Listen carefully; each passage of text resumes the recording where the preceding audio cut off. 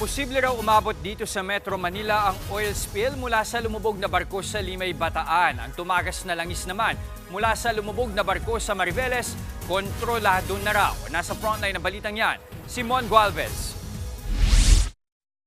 Makapal at malapot na langis ang nakuhanan ng grupong Greenpeace sa bahagi ng dagat malapit sa Isla Tibagin, Saguan, Bulacan bandang alas 10 ng umaga nitong linggo. Base sa pagtataya ng University of the Philippines Marine Science Institute o UPMSI, kung magpapatuloy ang kasalukuyang current at weather pattern sa Manila Bay, posibleng makarating na rin sa Metro Manila ang oil leak mula sa lubog na MT Terra Nova sa Limay, Bataan ngayong araw.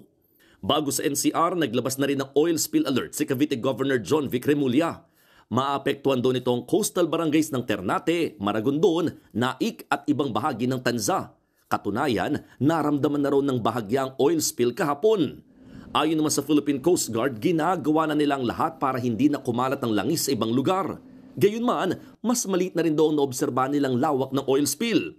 Mula sa 14 na kilometro, nasa 6 na kilometro na lamang ito ngayon. Ang punta po or direction po nung oil sheen na na-observe po kanina sa aerial surveillance is papunta po sa south-southwest.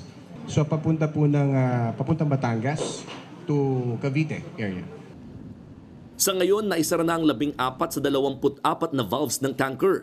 Pero sa tansya ng PCG, aabutin ng 2 linggo ang paglilinis sa tumagas na langis. Bukod sa MT Terra Nova, isa pang barkong lumubog malapit sa pampang ng Barangay Mountain View sa Mariveles, Bataan noong nakaraang linggo. Lumubog ang barko sa kasagsagan ng habagat at Super Typhoon Karina. Kaya ang ilan sa karga nitong diesel, tumagas na. Nakasusulasok na amoy tuloy ang iniinda ng mga residente malapit sa pampang. Napansin na lang po namin, nung Bernes po ng umaga, nangangamoy na po ng gasolina. Kapag namimili po kami ng isda, meron po amoy gasolina. Ayon naman sa PCG, naisara na nila ang pinagmumula ng tagas sa ilalim ng barko. Sumatotal, aabot daw sa 5,500 liters na diesel ang laman nito na galing na Votas. Empty na yung kanyang cargo with diesel. So yun na lang yung aming pinagtutuunan ng pansin. The mere fact na diesel din siya, madali din siya ma-dissipate or mag-evaporate. Nagbabalita mula sa frontline, Mon Gualvez, News 5. Mga kapatid, Jess De Los Santos po, huwag magpahuli sa mga umaaksyong balita at napapanahong issue sa bansa. Para sa mas malawak na balitaan, mag-subscribe at mag-follow sa social media pages ng News 5.